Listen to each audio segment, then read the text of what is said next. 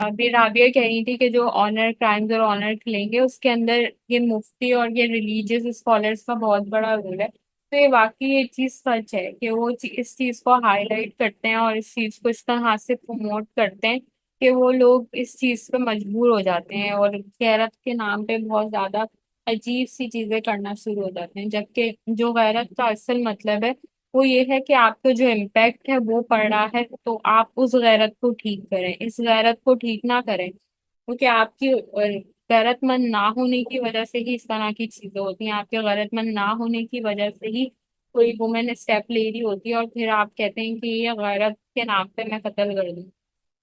अच्छा, सेकंड हम पढ़े थे burning cases of women in Pakistan. तो इसके अंदर जो एस्टीमेट ह्यूमन राइट्स कैंपेन ने निकाला था वो निकाला था कि हर दिन के अंदर अराउंड 3 वुमेन लाजमी इस चक्कर में मर जाती है। पाकिस्तान की बात करूँ, सिर्फ और सिर्फ पाकिस्तान के अंदर, यानी रोजाना 3 वुमेन जो है वो इस तरह से मर जाती हैं। उनका वो हो जाता है, बर्निंग केस के जरिए जो है वो कत्ल हो जाता है।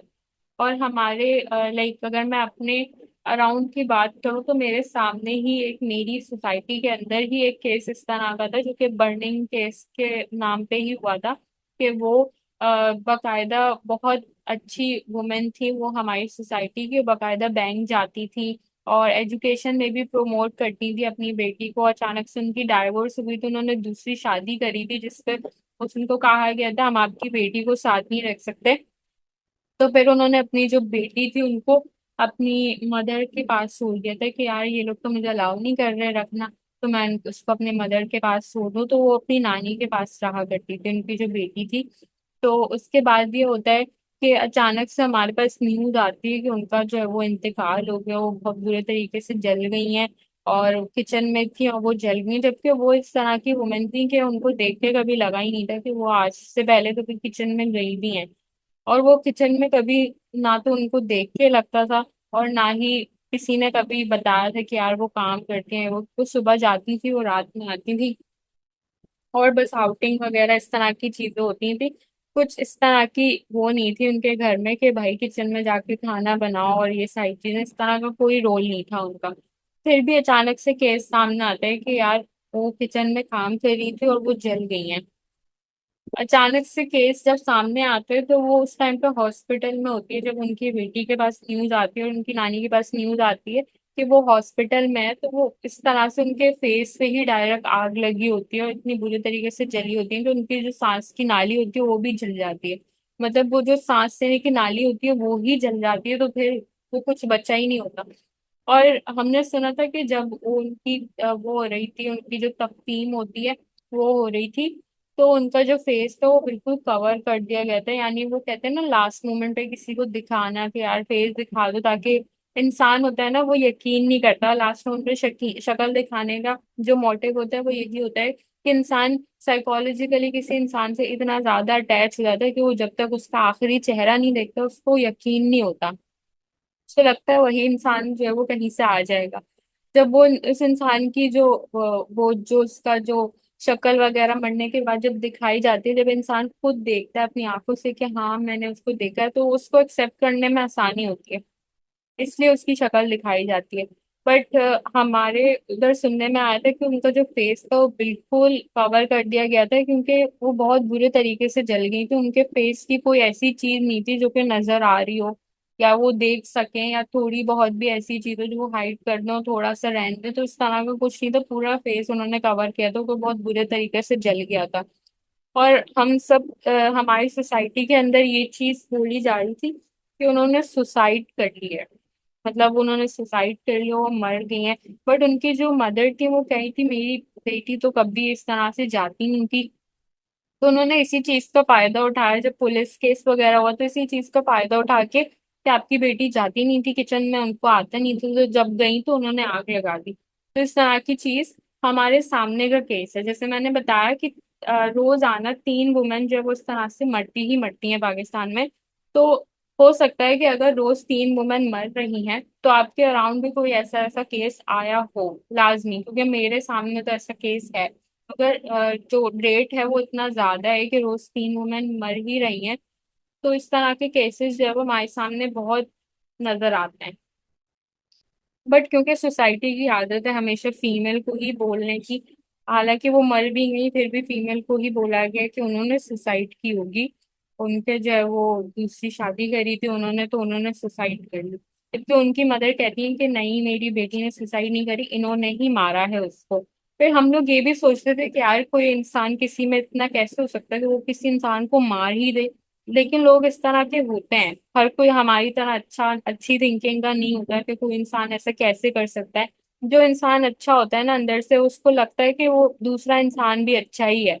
मतलब जो इंसान खुद अच्छा होता है उसको लगता है दूसरा सामने वाला इंसान भी हमारी तरह अच्छा है और हमारी तरह मासूम है, वो भी हमारी तरह इतना इतना ज्यादा जिगरा नहीं है उसके अंदर कि वो किसी को नुकसान पहुंचा सके। यानी हमारे अंदर ये होता है कि हम किसी को कोई बात भी बोल दें तो हमें बाद में रिग्रेट होने लगता है कि यार इससे तो बुरी लग गई होगी, फिर बाद में हम जाकर उसको सॉरी करना शुरू कर देते हैं कि यार हमने हमने तो मैं ऐसे गुस्से में बोल दिया था। तो हम लोग के अंदर इस तरह की चीजें होती है, इसलिए हम लोग इस तरह नहीं सोचते।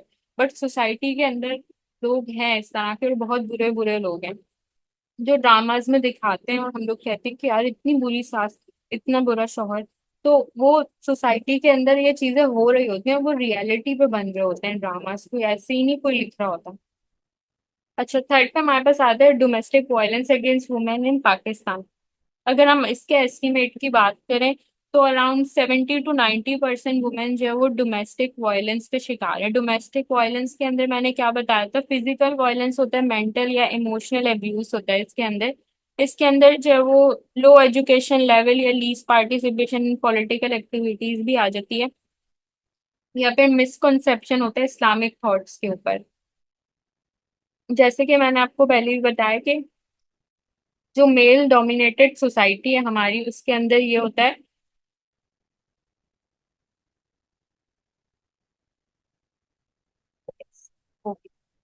हाँ, तो मेल डोमिनेटेड सोसाइटी हमारी जो है वो उसके अंदर ये होता है कि फिजिकली और मेंटली और इमोशनली अब्यूज किया जाता है। उसके अंदर एजुकेशन लेवल की कमी होती है, लोगों के अंदर अवेयरनेस नहीं होती, इसीलिए हमारा जो डोमेस्टिक वायलेंस है वो बहुत ज्यादा बढ़ रहा है। और हमारी जो पैट्रियार्की है उसको हर चीज प्रमोट कर रही होती है, यानी पॉलिटिकल एक्टिविटीज से लेके पॉलिटिकल पार्टिसिपेशन से लेके हमारे जो इकोनॉमिक थॉट्स हैं उन उसके मिसकॉन्सेप्शंस क्रिएट किए जाते हैं। सिर्फ आधी चीज बताई जाती है, सिर्फ उधर का हिस्सा पता होता है उनको जो कि वुमेन के लिए होता है। यानी इस्लाम के अंदर अगर कोई मेल के फायदे की बात हो रही है तो वो वाला इस्लाम उनको पता होता है, अच्छे से याद होता है, फिंगर टिप्स पे होता है। लेकिन वो वाला इस्लाम जिसमें उनको थोड़ी मेहनत करनी पड़ रही हो या उनको बात करनी पड़ रही हो, नहीं, हमारे यहाँ तो ऐसा नहीं होता। बकायदा सूर्य बकरा के अंदर इस तरह की चीज है, लिखी हुई है कि लोग जो है वो इस्लाम को सिर्फ अपने फायदे तक ही पढ़ेंगे, अपने फायदे तक ही इस्तेमाल करेंगे, और इस तरह से कहेंगे कि नहीं, हमारे यहाँ पे ऐसा नहीं होता, हमारी सोसाइटी में तो ऐसा नहीं होता, इस तरह का कुछ लिखा हुआ है उसके अंदर। तो हमारी जो डोमेस्टिक वायलेंस है उसकी जो प्रमोशन हो रही है वो इसीलिए हो रही है कि हम सोसाइटी के अंदर अगर किसी चीज में मेल की बात हो रही होती है तो हम ये नहीं कहते कि यार इतना पेट्रियार्की को सपोर्ट करो, बट जहाँ पे फीमेल राइट्स की बात आ रही होती है, अरे तुम तो बहुत बड़े फेमिनिस्ट हो, तुम तो बस बहुत ज्यादा प्रोमोट कर रहे हो वुमेन को, इस तरह की चीजें जो हमारी सोसाइटी के अंदर होती है। मैरिड वुमेन, अगर हम पूरे यूनाइटेड नेशन की बात करें तो 50% married Pakistani women, United nation की यूएन की रिपोर्ट की बात कर रही हूँ मैं, कि 50% मैरिड पाकिस्तानी वुमेन जो है वो उन्होंने सेक्सुअल वायलेंस वो रिसीव किया होता है, एक्सपीरियंस किया हुआ होता है। और 90% जो होती है उसके अंदर वो साइकोलॉजिकली अब्यूज हुई भी होती हैं। अब जो मैरिड वुमेन है उनके अंदर उनके साथ जो है वो सेक्सुअल वायलेंस किस तरह से क्रिएट किया जाता है, वो इस तरह से कि यार एक बंदा आपको पूरा दिन मेंटली टॉर्चर कर रहा है, एक बंदा आपको पूरा दिन जो है वो बुरा भला बोल रहा है, धमका रहा है, और बहुत बुरी बुरी बातें बोल रहा है, और आपको जो है वो बहुत बुरे तरीके से ट्रीट कर रहा है, इस तरह से ट्रीट कर रहा है कि आप उससे डरना शुरू हो जाओ, यानी उस इंसान से आपको डर लगना शुरू हो जाए। फिर उसके बाद वो आपके साथ जो भी वॉयलेंस क्रिएट करता है, एज अ मैरिड कपल भी वो कुछ भी करता है तो वो आपके साथ एक तरह से वॉयलेंस होता है। यानी हमारी सोसाइटी के अंदर सेक्सुअल एजुकेशन बिल्कुल भी नहीं है, और सेक्स एजुकेशन को बिल्कुल भी प्रमोट नहीं किया जाता। जबकि अगर हम कुरान की बात करें तो हमारे रिलीजन के अंदर कोई भी ऐसी चीज नहीं है जिसको ये कहा गया है कि यार इस बात को ना बहुत छुपा के करना, मतलब कहीं भी नहीं लिखा हुआ। अगर हम कुरान के अंदर देखें तो इस बात को सबके सामने नहीं करना। अगर ये बात आपने करनी है, किसी को बतानी है, तो ये बात आप ना किसी को छुप के बताना, या फिर आप इसको ना ही बताओ तो ठीक है। इस तरह करके कोई इस तरह की बात नहीं की गई। अगर हम खुले अल्फाजों में भी इसको मतलब प्रोमोट करना चाहें रिलीजन के अकॉर्डिंग, कि हमारे रिलीजन में ये तरीका है, हमारे रिलीजन में ये सारी चीजें हैं, या तो हम खुद पढ़ सकते हैं या खुद किसी को पढ़ा सकते हैं कि यार देखो इस तरह की चीजें लिखी हुई हैं, और आप भी मुसलमान हैं, हम भी मुसलमान हैं, तो हम रिलीजन को फॉलो करते हैं, मीन्स हम कुरान को फॉलो करते हैं, तो कुरान में जो तरीका है, कुरान में जो गाइडेंस है, उसके अकॉर्डिंग ही चीजें चलेंगी। या फिर इसकी नॉलेज दे दी जाए कि यार रिलीजियस पॉइंट ऑफ व्यू से इस तरह से इस तरह का तरीका है, इस तरह से किया जाता है। तो हमारे रिलीजन के अंदर वुमेन को बहुत ज्यादा प्रोटेक्टिव, मतलब मैन को जो रोल प्ले करने का कहा गया है, वो बहुत ज्यादा प्रोटेक्टिव रोल प्ले करने का कहा गया है, कि आपको वुमेन की प्रोटेक्शन करनी है, कि आप किसी वुमेन के पास जाते हैं तो वो वुमेन आपके साथ प्रोटेक्टिव फील करना चाहिए, कि उनको प्रोटेक्शन फील हो, कि हमारा जो हस्बैंड है वो अगर हमारे साथ है तो हम उसके साथ प्रोटेक्टिव फील करें।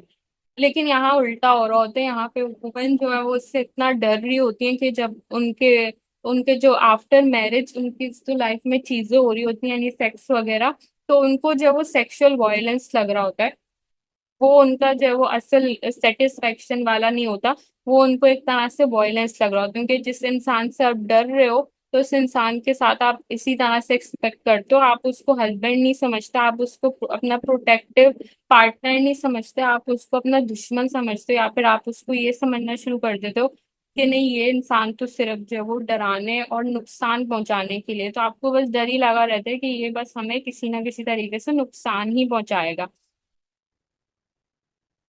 और अगर हम अनमैरिड वुमेन की बात करें तो मैरिड वुमेन की बात होगी, अगर हम अनमैरिड वुमेन की बात करें तो उनके साथ भी बहुत सारी चीजें हो रही होती हैं सोसाइटी के अंदर, बहुत से रेप केसेस आ रहे होते हैं हमारे पास, और फिर ये कि उनको सजा भी नहीं मिल रही होती।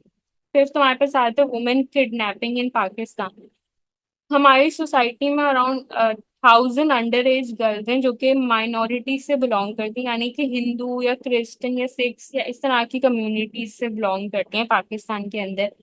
वो हमारे पाकिस्तान के अंदर फोर्सफुली किडनैप होती हैं और उनको इस्लाम में कन्वर्ट किए जाते हैं, हर साल ये पाकिस्तान के अंदर होता है। यानी वो उन लड़कियों को किडनैप करते हैं, फिर उनके साथ शादी करते हैं, यानी उनको इस्लाम के अंदर लेकर आते हैं, उनके साथ रेप करते हैं, और बहुत सारी चीजें हमारी सोसाइटी के अंदर, पाकिस्तानी सोसाइटी के अंदर ये हो रही होती हैं।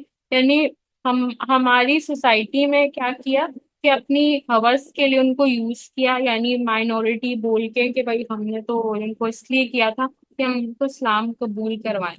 यानी इतने ज्यादा पाकिस्तान के अंदर मुस्लिम इस तरह के हो गए कि उस चीज के अंदर भी इस्लाम को यूज कर रहे हैं। मतलब अगर आप इतने रिलीजियस हो तो आप खुद ही इस्लाम को सही से फॉलो करो। अगर आपको इतनी पड़ी है इस्लाम फैलाने की, तो इस्लाम फैलाने का ये तरीका नहीं है। इस्लाम फैलाने के लिए लोगों को तबलीग दी जाती है, लोगों को गाइडेंस प्रोवाइड की जाती है, फिर उनको इंटेंसिव मोटिवेशन के थ्रू उनको इस्लाम के तरफ लेके आया जाता है। इस तरह नहीं कि किसी को किडनैप करा, उसके साथ फिर वो रेप करा और बाद में बोला कि नहीं ये तो हमने इस्लाम कबूल करवाने के लिए किया था। लास्ट हमारे पास आता है suicide cases of women in Pakistan. अगर पेरेंट्स और फैमिलीज को देखें पाकिस्तानी कंट्री के अंदर, तो वो अपना जो डॉटर का जो फ्यूचर होता है, और अपनी जो बेटियों बहनों का जो फ्यूचर होता है, वो बहुत पहले से डिसाइड कर लेते हैं, या फिर जब डिसाइड करते हैं तो उनका कंसेंट पूछते नहीं है कि आपको क्या लगता है। फिर जो डिस्प्यूट्स होते हैं उसके अंदर, यानी कि अनस्टेबल रिलेशनशिप किसी की, मेरी लाइक क्लासमेट ही थी जो कि बहुत ज्यादा दिखने में अच्छी थी, सब उसको कहते थे यार ये कितनी खूबसूरत है, कितनी प्यारी है, और इवन मैं पर्सनली चाह रही होती थी कि इसकी शादी मेरे अपने भाई से हो जाए। बट उसकी जब शादी हुई और उसने हमें इनवाइट किया, तो हमने उसका हस्बैंड देखा तो वो उससे 10 साल बड़ा था, मतलब उससे 10 साल बड़ा। और उसको वो ऐसी थी कि वो क्लास में किसी को भी बोलती ना, मतलब कोई भी उससे शादी कर लेता आराम से, बट फिर भी उसकी फैमिली ने उसको फोर्सली मैरिज करवाया कि यार नहीं।